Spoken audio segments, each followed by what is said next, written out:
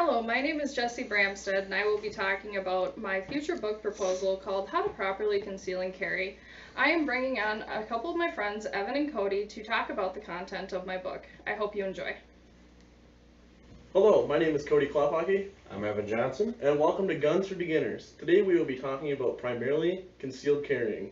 So as you can see, there's both of us, and we are both carrying live firearms right now, and I am carrying open carrying, And I am concealing. which are both legal in the state of Minnesota, but today we'll be primarily talking about concealed carrying. So we'll clear our firearms so it's safe for the video.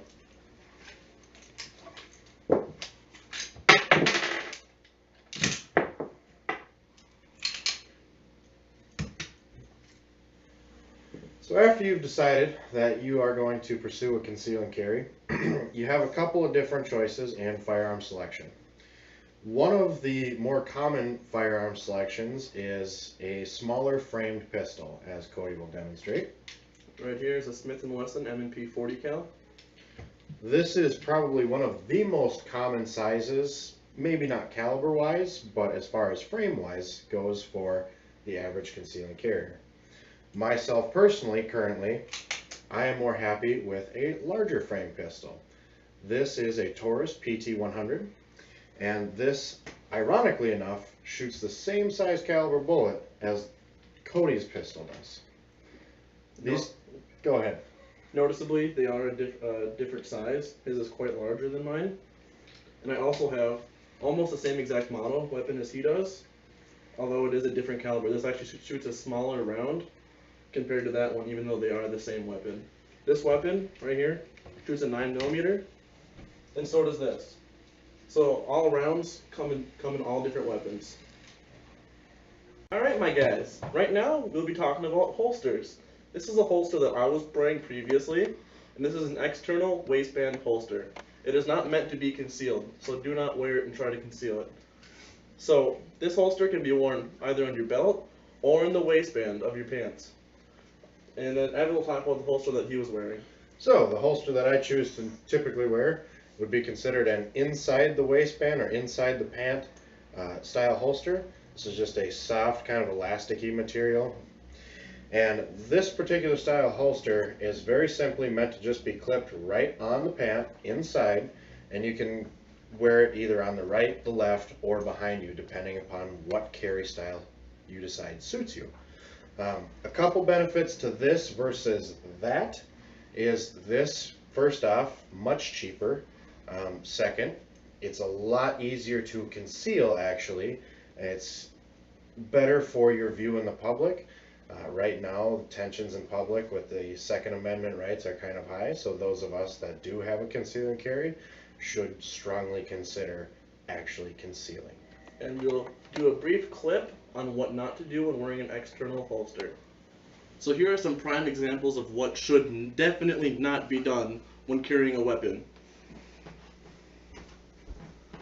What's going on, my guy? Is this where the concealed carriers hang out? Wow, absolutely, buddy. I got mine right here. Oh, alright. So if you're wearing an external holster, do not do this because it is very obvious that you are concealing a weapon. If you're going to be wearing an external holster, wear it like this. I mean, just, you're not saving anything by putting your shirt over it. A little side note on concealing in the pants. The waistline, especially in the crotchal region, is probably not an intelligent idea. Alright, on a more serious note, carrying is a very serious subject and it can be a life-changing event, for better or worse.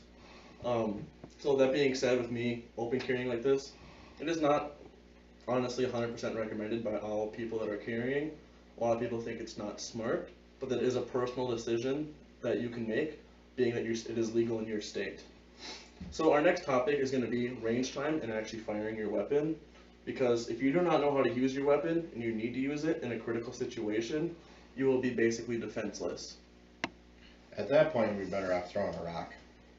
Yeah. So most importantly about actually getting into the range is becoming comfortable with your firearm, and you can do that by numerous of ways. You can find someone like a friend who is good with firearms and very confident. You can look online, look through books, but most importantly, go to your range, talk to your range master. They're very knowledgeable and friendly, and they're a lot of the times it holds classes for beginners to help you with guns. So that being said, a good caliber to start off shooting with is probably a 22. 22. I'd like to direct your attention into this scary beast. This scary beast is actually just slightly larger than a 22. This is the so-called infamous ghost gun that everybody talks about. This guy here, he shoots a much smaller round, real tiny. Call it a freedom fry, if you will. It's a very small round. Good plinker, good pea shooter. Something to get you started and introduced into the world. And even something like this weapon right here, this actually shoots a pistol round. This shoots a round about this big, and this has very light recoil and will help you get comfortable and situated around guns more than you'd actually think. If you're used to more traditional America standards, I mean, you always got the good old classic standby, the shotgun. This is something that everybody's seen in a movie at one time or another. It's large, it's scary, and black, I know. But everybody has seen one, everybody's heard one in a movie, on the farm, with grandpa, however, whatever. Another great introduction, at least to get you into firearms. But most importantly, fire your weapon. Actually, buy a weapon that you're comfortable with first. Go to your range. A lot of places do try before you buy. You can rent them. Shoot the gun. Buy the gun that you like, comfortable. You can shoot it, and just be comfortable with it. So one of the most critical parts about owning a weapon is securing it. If you have a gun, you need a safe. You need a place to keep it. So right here, I got a cheap safe. It's only $40. With keys. It has a security cable, so no one can steal it. Nice and locked. And you want the keys where no one can find them, especially kids. So somewhere's over there, just where they're gone. The Roomba might find it, but that's, Roomba's probably going to shoot up the place.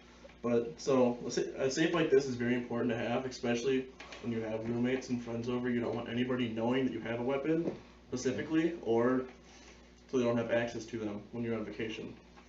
Unless you own your own, then I guess that kind of throws that whole philosophy out the window. So now we're going to talk about cleaning your guns. We should just briefly mention that it is very important to Another maintain your brief firearm. topic that we should quickly just pass over is a little bit of gun maintenance.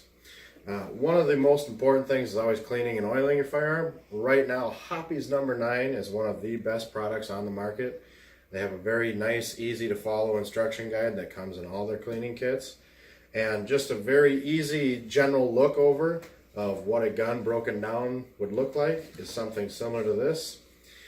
To just give you a really quick preview as to how this all goes together, this is your slide. Your barrel would then drop in here, shift back into its retaining clip, put our spring in here, or shoot it across the room. You just can't put a gun together on video, can you? It's just impossible. I think it's impossible. There we go. And there you go. Very simple, very easy. Obviously, we're just two normal people, so we're coming to you at a real life experience. Cody needs a little more education. Maybe in the previous sector. I'm going to put this down before somebody gets shot, even though there's no bullets in it. Honestly though, in all seriousness, we're a little satire, we like to have fun, but this is a very important topic. And most importantly, which we didn't cover in the previous section, is whenever you're around a firearm, eyes and ears. You only have 2 sets of them, don't lose them over shooting a gun. And thank you for watching, and this was our Pathetic video. attempt at trying to A get huge Jeff's shout out degree. to my roommates, Evan and Cody, for helping me out with this video and the information behind it to help show my new book, How to Properly Conceal and Carry, and the content that was in it. I hope you enjoy the book when it comes out soon.